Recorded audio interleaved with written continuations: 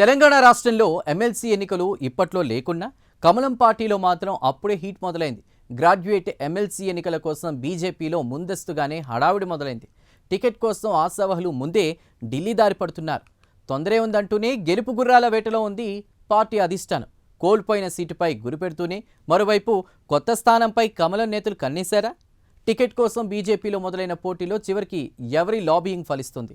అధిష్టానం ఎవరికి green signal ఇస్తుంది? కమలం పార్టీలో తెరచాటున అసలేం జరుగుతోంది?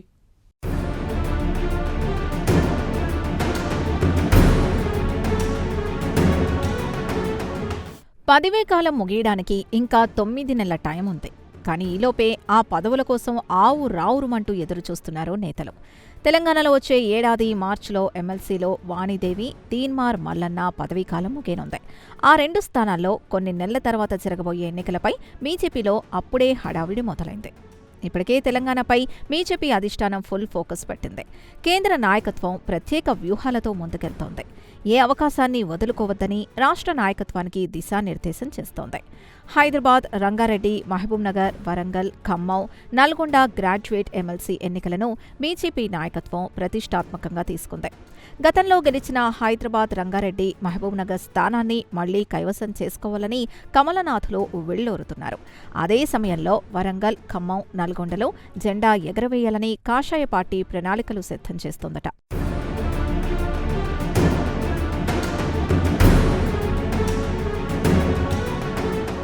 ఎన్నికలకు ఇంకా చాలా సమయం ఉన్నా ముందే సంస్థాగత బలోపేతంపై దృష్టి పెట్టింది బీజేపీ.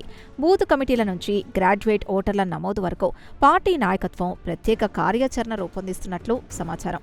పార్టీలో టికెట్ కోసం ఆశావహులు ఇప్పటి నుంచే పావులు కదుపుతున్నారు.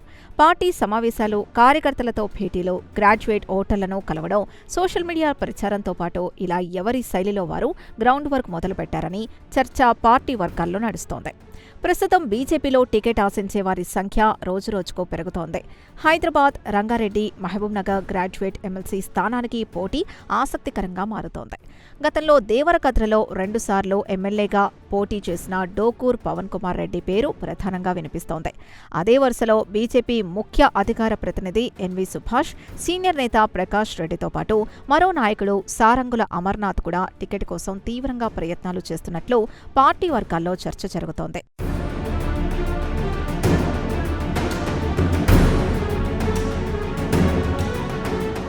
టికెట్ కోసం తెలంగాణ బీజేపీలో సైలెంట్ వార్ నడుస్తోందనే చర్చ పార్టీ వర్గాల్లో వినిపిస్తోంది.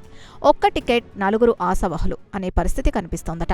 ఇక వరంగల్, ఖమ్మం, నల్గొండ స్థానాల్లో రాష్ట్ర ఉపాధ్యక్షుడు కాసం వెంకటేశ్వర్లో గతంలో పోటీ చేసిన గుజ్జల ప్రేమేందర్ రెడ్డి, అధికార ప్రతినిధి ఓయూ విద్యార్థి నేత పుల్లారావు పేర్లు బలంగా వినిపిస్తున్నాయి. మరోవైపు మాజీ ఎమ్మెల్సీ, ప్రస్తుతం రాష్ట్ర అధ్యక్షుడిగా ఉన్న రామచంద్రరావు పేరు కూడా చర్చలోకొస్తోంది.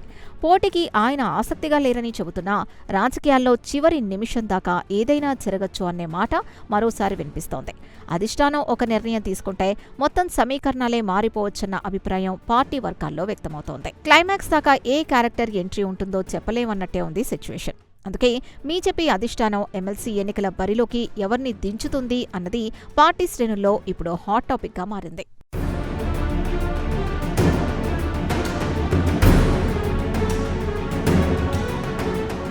ఈసారి గ్రాడ్యుయేట్ ఎమ్మెల్సీ ఎన్నికల్లో ప్రధానంగా నిరుద్యోగం, నిరుద్యోగ భృతి, ఉద్యోగాల భర్తీ, ఉద్యోగుల సమస్యలు, ఎన్నికల హామీల అమలు, యువత అంచనాలే ప్రధాన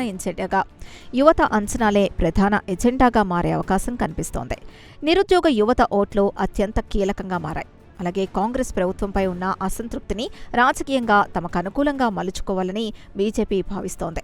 అయితే అధికార కాంగ్రెస్ కూడా ఈ ఎన్నికల్ని ఇజ్జత్గా సవాల్గా తీసుకుంటోంది.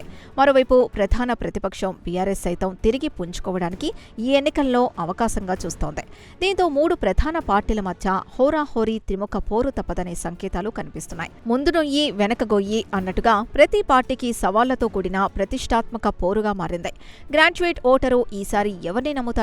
ప్రభుత్వంపై అసంతృప్తి ప్రతికూల ఫలితాలనిస్తుందా, లేదంటే స్థానిక సమీకరణాలే ఫలితాల్ని తారుమారు చేస్తాయో? ఈ ప్రశ్నలకు సమాధానం ఎన్నికల ఫలితాలే.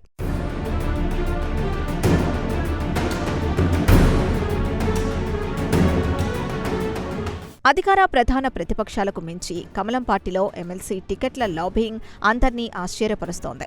అయితే బీజేపీ నేతలకు కొన్ని ఇక్కట్లు కూడా ఉన్నాయి. సీజేపీ ఉద్యమం తర్వాత యువతను ఆకట్టుకోవడం సవాల్. ఈ గండాన్ని అధిగమిస్తే సానుకూల బాట పడుతుంది. లేదంటే ఎంత కష్టపడినా, ఎంత శ్రమించినా పోరాటమే తప్ప మరో ఉపయోగం ఉండదు. పైగా కాంగ్రెస్, బీఆర్ఎస్లకు ధీటుగా రణతంత్రం రచించాలి. ఈ క్రమంలో ఎవరికి టికెట్ దక్కుతుందో, అధిష్టానం మనసులో ఉన్న ఆ గెలుపు గుర్రం ఎవరన్నది ఆసక్తి రేపుతోంది. క్లైమాక్స్కొచ్చేదాకా కథలో ట్విస్ట్లు ఆగవు. చూడాలి మరి బీజేపీ అధిష్టానం ఎవరిని బరిలో దించుతుందో, రాజకీయ చదరంగంలో పావుల్ని ఎలా కదుపుతుందో.